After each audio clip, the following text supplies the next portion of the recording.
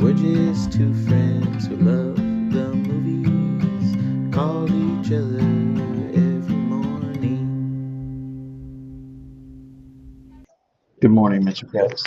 Good morning, Samuel Kalunga. How's it going, man? I can't complain, that's for sure. How are you? I'm doing okay. Vanessa has an appointment with baby Nova, and Good. they're at it right now. So I'm um, unfortunately only one parent can go in there. Oh, Yeah, there's a meat market, a Mexican meat market next to it. So I decided to come to it. Gonna pick up some little items here to give to some people. But how are you doing, man? well, let's cut the crap, man. It's Oscars week, okay? It How am I is. doing? I'm in pain, okay? I'm in deep psychological pain. I'm watching movies I shouldn't be watching. I'm skipping movies I shouldn't be skipping. Nothing's going right. Yeah, I mean, Yeah. it lit. I get it. I get it. I recently watched a movie that was on my list that I told you I was gonna check out. But before I get to that, Mitch, I was just gonna say, me and Vanessa finished Breaking Bad, and we watched the follow-up film El Camino as well. Oh, Uh, nice. Dude, this is a masterpiece. I mean, this is the best show ever made. I know I mentioned that in my text, but it really is the best show. I mean, it's voted number one on IMDb for a reason, Mitch. So yeah, this show is just phenomenal. I hope one day your friend and I, who loves Breaking Bad, we're able to maybe have a sit down. And when I mean sit down, maybe have a conversation over phone or whatever it is, and talk about Breaking Bad because this show, my God, dude, Jesus, this show is just awesome. I mean, awesome. So just wanted to plug that in real quick because we finally finished it. As you know, I've been off of work because of, we're on parental leave. And, when we have spare time, we like to have TV on. And so from the day, maybe a week before Milo was born, we were able to start this show. And finally, last night, we were able to finish it. So there's my quick Breaking Bad plug-in. Loved it. 10 out of 10. Yeah, so there's that, Mitch. What have you I watched? can't believe you're sitting here talking to me about a TV show from the 2010s on Oscars week, okay? Uh, Dude, I've already told you this. You've already? You've I've already? Hold listen. on. Let me finish. I've done my due diligence. I've already seen all the movies that Mitch. I'd like to think that you did not hang up on me because you were tired of me talking about Breaking Bad. You were upset with me because you were saying that. Uh, No, so you were saying, here's what I don't understand, and here's just where our brains work differently. You're saying that you're basically, I mean, that you're done with movies for the year. And for me, I'm never done with movies for the year because, there's probably a good 50, 60 movies from yeah, 2025 that I would love that I haven't seen that could li- be on but my top 10 that I just don't know.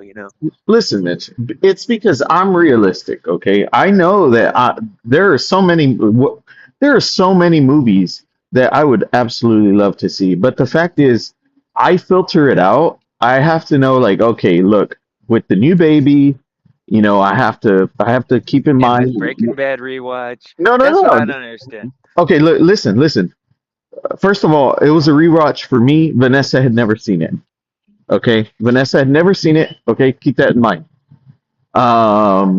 And we, as you know, right, whenever you're in a marriage, you have to watch something that both of you want to watch, right? So it's kind of difficult, like for a movie like Urchin, right? I can't just put it on when Vanessa is with me. I have to watch it solo. So because she just doesn't want to watch that. No, no, no, She's no, no, no. I get it. I'm just saying, like, No, you did. Look, it's different. I get it. It's different. It is, Mitch, and it's not that I'm not trying to give these 2025 movies their day in the You're sun. done. You don't want to watch any more 2025 movies. I No, get no, it. no, no, no. I there actually there are a couple that I still plan on seeing, but like I said, I have to plan it out because of the fact with the new baby with Vanessa. So I just stating that. So Mitch, what has have you watched any movies lately? Yeah, boy. I've been watching some movies, dude. All I'll tell right, you go something for I it. watched. In honor of my friend, Sam, I watched Rebuilding. You watched it, dude. Oh my gosh. All right, You, dude. you didn't think I was gonna let you down, dude. You didn't think I was gonna let you down. All right, dude. Okay. So, yeah, go for it, man. I've been waiting for you to watch this movie. Well, I liked the movie. I thought it was good. Um, it was wholesome. It had some notes of realism that you just can't take for granted in a movie. I was thinking of that little girl, Callie Rose. She had that camo. It's like a hunting camo hoodie that was like pretty much ubiquitous in like where we grew up, and Yeah. in like elementary into high school. Like there's so many random kids, like whether they hunted or not. And you know what? I never owned one. No, I didn't have that kind of hunting. Like, okay, so it's not like obviously like I'm not talking about army camo. It's like it looks like brush. It looks like Yeah. the dead brush in the Yeah. Appalachian wood. It's Yep. hunting season camo, autumn, like winter brown twigs and leaves. Yeah. So details like that in the movie, really, and family dynamics, I think that are, I don't know how to talk about this except to say like there is a specific type of family dynamic that I think occurs. And so this was like in the West, but I couldn't help but like map my own experience on it. Yeah. Hey, this was where was it, in California? No, no, no. I think it was like in Montana or something. No, he talked about wanting to move to Montana a couple of times. That me and Lori got confused about that too, but they weren't in Montana. No, Uh, no, no, no. They're in I thought they were in California just because of the no, Wildcats. no. No, no, no. They're not in let me see. Well, anyways, they're in the West, okay? But there's something like rural kind of Oh, okay. lower. They're in Colorado. Okay, nice, yeah. There's like some rural, lower income family dynamics that are Yeah. in this that a person would recognize. And that made me like nostalgic and it warmed me to it. Amy Madigan's in it as like a grandma character and she's really good. And I don't know, Josh O'Connor, is that his Yeah. name? Josh O'Connor. He kind of does the same thing again. Lori, it was so funny, dude. Lori's like, this is his shtick, and she like made the face that he makes all the time, which is like kind of like he kind of like moves his face back and squints and like kind of does a funny smile. Or it's like she's like, that's his signature move. I wish you could see her do it. It's pretty funny. And he just kind of slouches around. In some ways, I had trouble buying him as the rancher type, but I basically liked him, and the relationship between him and the daughter, it got me good because I've got a young daughter, Yeah. and so yeah, I liked the movie. You know what really hit home for me, Mitch? And I don't know if you've done this, but I've done it because of the fact that we didn't have internet. Oh Was yeah, whenever they went to the public library, I can't tell you how many times yeah, I've gone to the public library when they're closed and just sit 100%. outside of my phone or go to the McDonald's, right? Yep, yep. Oh my God. That's a small town. It was like an oasis, it's like signs of life out here in all the dead. Um, but yeah, there's a lot about this movie. The ending was really nice, and sort of had that Capra-esque ending, Yeah, um, or he relocates the trailer park or the camper park that's being yeah. evicted to his property. You Um, you know, I feel like it could have been cheesy, but it felt like it was the right move. Yeah, and I I thinking about this lately. There's a lot of like dramatic constructs Yeah, that that are people aren't using anymore precisely for that reason because they think they're going to come across as cheesy. But yeah, there's these classic narrative dramatic structures that they they work for a reason and they show up again and again for a reason. yeah, And there's this cynical kind of movement overall to kind of get away from those because you don't want to be get the accusation of wearing out these tropes. But yeah, they work if you do them well. They work every time. It's just like do them well. It's like there's so many things where like, oh, this is kind of a Hallmark movie construct where this happens and there's this thing, this subplot going on and that subplot going on. exactly. But if you're doing them well, they're gonna work every time because they're kind of like true on a very Yeah, transcendent level. So yeah, it just and also just like be a hero, man. Like I want to be inspired to do something good. I want to be yeah. inspired to look out for my fellow man. And So this is why I think this is why this movie really hit me hard is because I told you before I happened upon this on accident, right? Like I was just listening to a podcast and I was like, oh, I wonder if that movie ever played here. And I just happened to look and there was one showing within like a 30-minute, I think a 30-minute window. And I was like, yeah, you know what? Like, and I went and this movie inspired me because this guy, he starts off, he's just a like he's just like a pretty much like a bum, right? Like he was just kind of like a well, like he's the like fact is he's just his ranch is burned down. So he so was someone his that was gainfully employed and but was doing his thing, but he lost everything, and but so what I mean is his ranch and everything like that was his identity, right? right, It was his identity, and with that gone, it's like who he was yeah, he is became no a longer. shell. Yeah, and I immediately recognized that, and by Oh the yeah, end of the yeah, movie, he realized he's like, you know what, like it inspired me to not want to like live internally, not to just focus on what I want, right? But helping others. hmm His that last act that he does, right, of bringing everyone there was just very moving. It was beautiful. And so, well, I'm glad you liked it. I love the film. I thought it was one. I was like, you know what, Mitch needs to watch this before his year end. uh, yeah. I appreciate you looking out for me. But it's interesting that something's coming to my attention as you're reminding yeah, me and I guess more so the listeners that the way that you came across this movie, and I think that this needs to be stated. Uh, I think the way your origin story with a movie has a huge effect on how you interact with it. Like the circumstances that bring you to a movie, I think can like tilt the scales. And when it comes to something like making a top list or just giving a positive or negative rating or otherwise just looking back on a movie.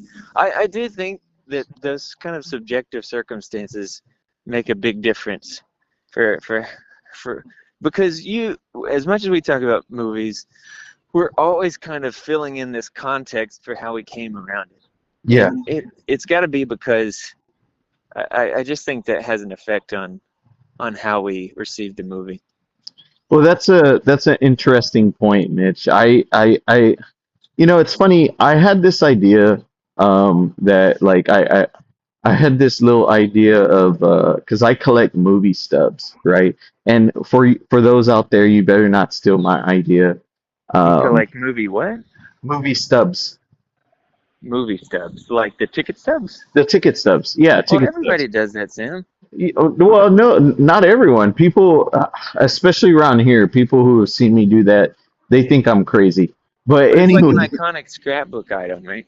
well, yeah, yeah. I've thought about like for every ticket stub, writing a little short story about where I was at Oh that yeah, point in that's life, nice. Yeah, I'm gonna and definitely take that idea. dude, you better not take my idea. I've already started. Anyways, well, I'm glad you like this film, man. I'm gonna plug in a movie that you had recommended for me to watch, and I already mentioned it before, but that's Urchin. Oh, you did Uh, watch it. I did end up watching it. Yeah, I started it on Hulu, right? Yeah. And I was having issues. I don't think it's causing issues anymore, but I ended up finishing it online, right? So Okay. yeah. So anyways, because I was like, you know what? No, like I have to finish it. I think I was like maybe the last 30, 40 minutes, so I had to do it online. But anyways, so I thought the guy, the main lead, was like he was very effective. I thought he was Oh very yeah. good. Like I always felt like he wasn't overacting, right? I felt like it was just so natural, his performance. I liked Mm. this movie, I did. But I have to say, Mitch, and I don't know what it is. I can't put my finger on it, and you're gonna think this is a ridiculous criticism I have with it. But that is, I always felt like like I was always watching a movie. I always felt like I, the best comparison I can give is did you ever watch that movie called Animals with Melchikian or Damon? Oh man, what's his name? The Is it guy. we the animals? No, no, no, Animals. It's just called Animals. It's about a couple who are drug addicts. No, I didn't. It's with that guy. You'll know him. He's in all of Denis Villeneuve's films. Okay. Um, anyways, Desmouchian. yeah, that guy. So you know who I'm talking about, right? Yeah. So he made a movie years ago. I think it was in 2015, right? That movie, dude, it is one of the greatest movies ever made about addiction. Um, it was raw. It was just beautiful. It was ugly. Dude, it was just such a great film. And although there are scenes in Urchin that I liked, right, I thought were very effective, and I do think that Harris Dickinson does have talent, right, when it comes to directing. I think this is a great start for him. I always felt like I was watching a movie trying to copy other movies. There, like Interesting. I don't know how else to explain it, dude. Well, I wondered, as you were saying that, I was wondering, I was trying to put my finger on it there with you, and I thought, well, maybe it's because sometimes he'll try to do like the docu-style super realism stuff, but then he'll go into these magical realism sequences and very intuitive kind of, It could have been uh, that. It could have been that actually. It could have. It just felt like there was not a solid foundation. Everything felt like it was just disjoint, and maybe that was the point. But everything felt like he was trying so many things in one film that hmm I sort of wish that he would have just stuck to one format. Um, I, I can relate to that. Although I think for me in this case, I was glad. Like sometimes you'll see someone being amateurish. yeah, Maybe a good example is like I think it happens a lot with artists. You'll see them being amateurish and you'll yeah, see them copying stuff, but it's like you're almost for me. I was like glad. I was like I'm glad like he's not self-aware enough yeah, to see like that it doesn't make sense for him to try yeah, to do. But you almost wonder too. It's like he doesn't. There's no guarantee that he's gonna get another movie. So it's like he's like I'm gonna pour my entire soul yeah, into this one, yeah. which I like. Well, like I said, I think he's extremely talented, and I thought this was a solid first film. And yeah, that was my biggest issue with the film is that like Well, what did yeah, you think of the ending? I think that and spoilers, of course, people. I like the fact that it wasn't one of those typical, oh, he gets better, right? He overcomes his addiction or whatever, right? Like at the end, I think he dies. I mean, that's just my opinion. What about you? So I don't know if he dies, but certainly maybe like in some real way he dies, whether it's literally or not. You get this just magical realist, almost like it's like a dream sequence, I guess, but Yeah, like he's embraced by this person almost in like a very religious or ornate kind of spiritual coded yeah, like environment, and then the person throws him into the void or something, and he's just falling. yeah, Okay, and I'm like, well, that's addiction right there. Like the bottle or whatever it is like it brings you comfort. It yeah, says, I got you, and then it throws you into nothingness, into but what I thought was interesting, I've been following this year, and you've heard me several times say, from back when we watched Sinners, or when we talked about Sinners together, talking about does this movie take sin seriously? yeah, And then as I was thinking about Sinners, I was like, ultimately, I kind of thought no, because the ending was so ambiguous. And look, I'm sympathetic with the ending, and I think the ending, like, I could see that why it would work for people of Sinners. But think about something like Cloud, where you're like, oh shoot, like this guy doesn't get out of this situation he's in. yeah, He gets on a fast track to hell.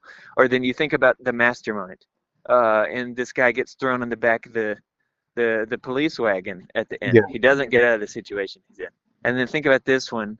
It's like, oh, he gets thrown into whatever this nightmarish hellscape is, this blackness, this endless falling, this bottomless pit. He doesn't get out of the situation he's in. yeah. That is a very interesting trajectory to me, especially those three this year, cause as Cloud, the Mastermind, and Urchin. It's I, I, like all I, three movies, somebody gets thrown into hell at the end. yeah, I will agree with you. I think all those three that you mentioned are more effective with sin than the film Sinners was. And maybe you're right. For me, I'm just saying, I do think that he ends up dying eventually, right? Which I kind of, like I said, I'm glad they went that route instead of he gets his life back together. I'm It's so glad sad though, dude, because you're it like is sad. It is sad. he sucks as a person. Like he is manipulate. Like he's even when he's super charming, he's manipulating everybody. Yeah. And then it'll finally come out as soon as like they're gonna stop being useful to him. So just totally. But you don't ever get the feeling that he's completely bankrupt of conscience. But you can just tell like he's just frying his conscience the entire movie. And And you know what scene best explains, like best shows that was the scene whenever they bring him into that office to confront the guy he attacked, yeah, and where he lets the guy say his piece, and he's about to leave, and then they stop him, and there's a brief moment before the scene ends, right, where he's like, you could tell where he's about to just lose it, where he's about to just like his emotions are getting the best of him, you know. yeah. And so I never like I always felt like there was a heart in him. I always felt like he was just he ultimately he wanted to try to do the good thing. But here's the thing, man. I always tell this to people, right? You just can't change someone's nature, right? And Mm, I feel like yes, he wanted to do good, but I felt like there was also a selfish part of him that drugs and addiction enabled in him, right? I always felt like, okay, this guy, yes, he's a good guy, but he's also probably like a selfish guy, even if drugs aren't playing a big part in it, right? So I think the drugs just kind of heightened that. But that's I mean, again that's with those two movies, those two other the Mastermind and Cloud. It's the same kind of thing where you're like, I could see myself in this guy, like yes, exactly, exactly. Yep. and you're just like, shoot. I mean, like it makes you afraid. It's like, oh man, I better watch my step. And it Yeah. also it makes you sad. Yeah. And like my thought with these three movies is you actually can die. Like Yeah. if you continue to do like this or that or whatever your vice is or whatever small moral compromises you make, you can Yeah. actually die or you can actually be thrown Yeah. away in jail and have the key tossed out. This Yeah. can actually happen, and for me, remembering that is crucial. Yeah. Well, thanks for the recommendation. I mean, even though I didn't love the film, I did like it. I did appreciate it, and I'm looking forward to what Harris Dickinson does next. But so Mitch, have you watched something else? Yeah, plenty, man. I All mean, right, all right. what I look, I don't know how much time we. I mean, do you want to get to something first? I've got a Kahuna, No, but no, no, no. Go for it. all right, let's hit this Kahuna, and then I got to hop off the horn. But I watched The Secret Agent. Okay, all right. You know what? Before you start, it's playing in theaters here because of Oscars week, Oh, nice. and I had recommended it to. So I had told my friend John, dude, it's only playing yesterday. You need to go check it out. He watched it, and he plans on watching Train Dreams tomorrow on Thursday. Oh, 'Cause nice. yeah, so yeah. First of all, what were your thoughts? Well, this guy is a great. Who's the filmmaker? Do you remember his name? I don't, but he made a movie called Aquarius that I really Okay. loved. But yeah, I this guy is an artist. He is an artist. He's great. Like I felt like I was watching a Scorsese picture a lot of this movie. He's very, very gifted, propulsive filmmaker. Can do the quiet moments, can do the intense moments, and I think he had his muse there in Wagner Moura. Yeah, Um, I was very engaged throughout, and I thought it was a pretty sad movie. But there were so yeah, many things that it did that really caught my interest. Like I that's why I think it's like literature because yeah, there's dude. so many things that it was uh it would have these motifs or these images that it would keep coming back to, and it just makes you think. It sends you deep, deep, deep into Yeah. thought. You know, first of all, what did you think of the time jump when it kind of where you're watching this movie, and I think for like a good hour, right? It doesn't go to the future until like maybe an hour or so, because this movie is like 240 around there. What did you think of immediately it doing the time jump? Because that startled me. And you start realizing like, oh my God, these people are looking into the past. It's almost as if they have like a, oh, what's that machine? We were in a group chat about it. Oh yeah. Do you know what I'm That talking about? that super conspiracy theory machine that says it took a photograph of Jesus. Yeah. Yeah, it almost felt like here are these people looking into the past, right? And trying to fill in the blanks of what the heck happened here. What were your thoughts when that scene immediately happened? So let me see if I can pinpoint exactly what scene you're talking about. I mean, I know there's the flashback to where he's telling the story to the journalists or whatever on Yeah. the record. Is that what you're talking about? If it's a jump forward whenever the girls at the college are listening. Oh, yeah, I like that framing device a lot. Uh, because you're not sure like the weight of of the events that you're watching. Yeah. You know what you're seeing, but you don't know how they figure into Yeah. the grander national historic scope. And and I don't think I ever really fully understood it. I think it's a lot to do with the fact that I'm not familiar with what's going on in Brazil in the 70s or today for that matter.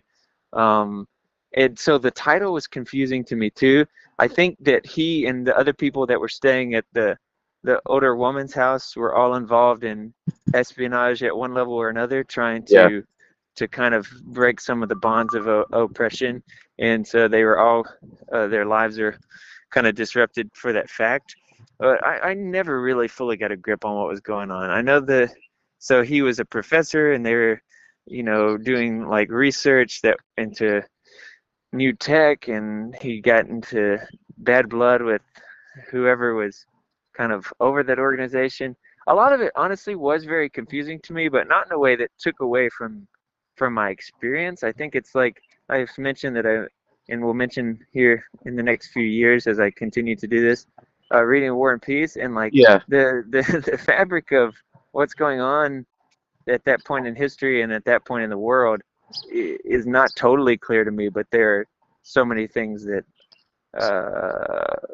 transcend those particularities and are just kind of So human. so for me for me it's best to focus on it with like trying to detach from okay, this happened over there in Brazil, right?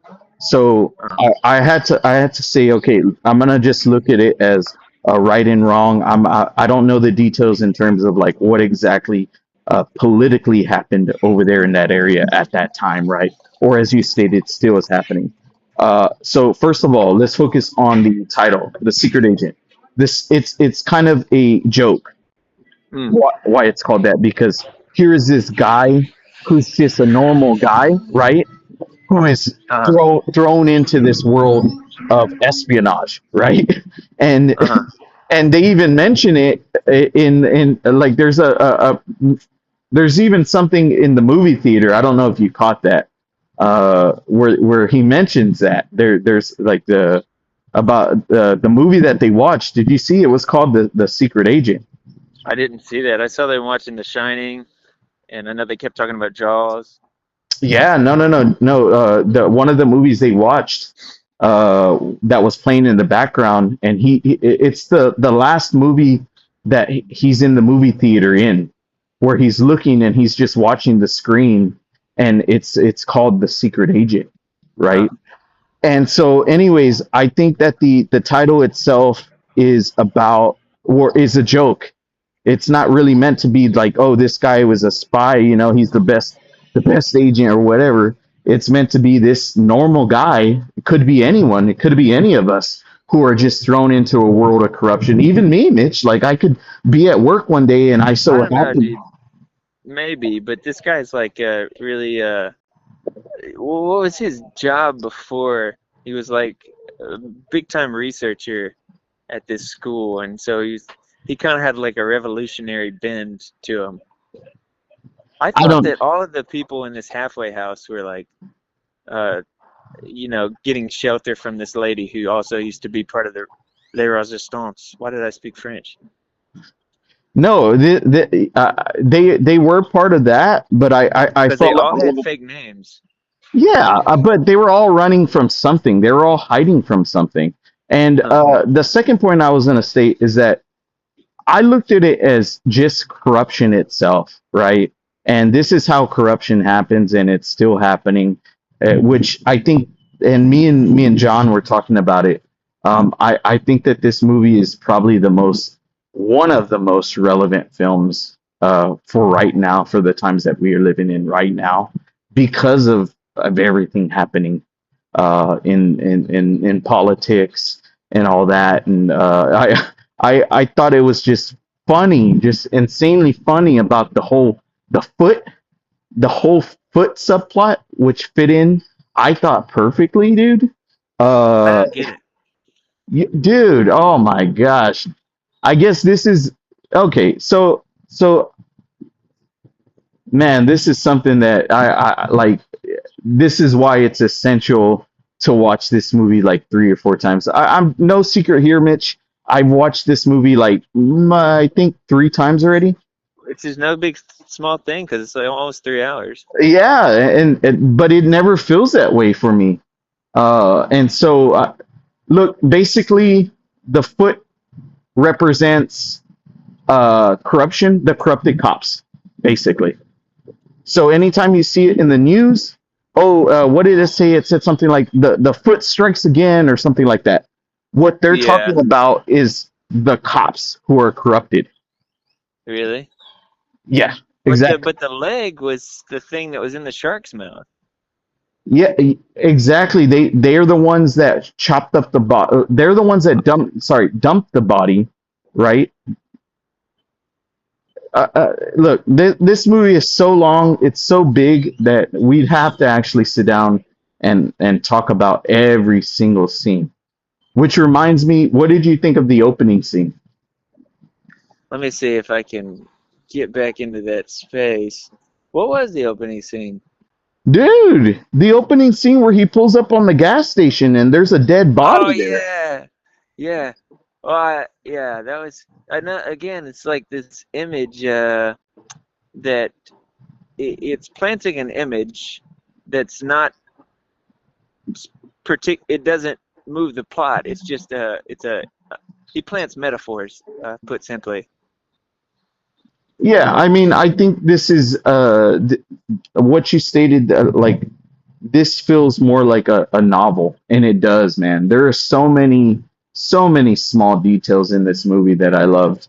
Man, to be honest with you, Mitch, just talking about it right now, I'm really, really tempted to freaking Watch it again. to watch it again. I'm seriously tempted to watch it again. The ending was strange too, and sad. I think the relational dynamics really got to me. The father and the son, the grandfather and the grandson, Yeah, the father-in-law and the son. Uh, I, I that I was really working on me. I love that scene whenever he tells the father-in-law to come closer, and he tells him what the daughter said about him. Uh, Yeah, and he was like, "Did she really say? Did she really say that?" And he's yeah, like, "Yeah, yeah, I like that part too, man. yeah, that was a very good scene, man. Well, dude, He was good." I'm glad you liked it. And yeah, it's playing on Hulu right now. So for those who want to check it out, but anyways, I know you got to get going, dude. It was nice talking with you. I'll talk to you a little bit later. Okay. See you, man.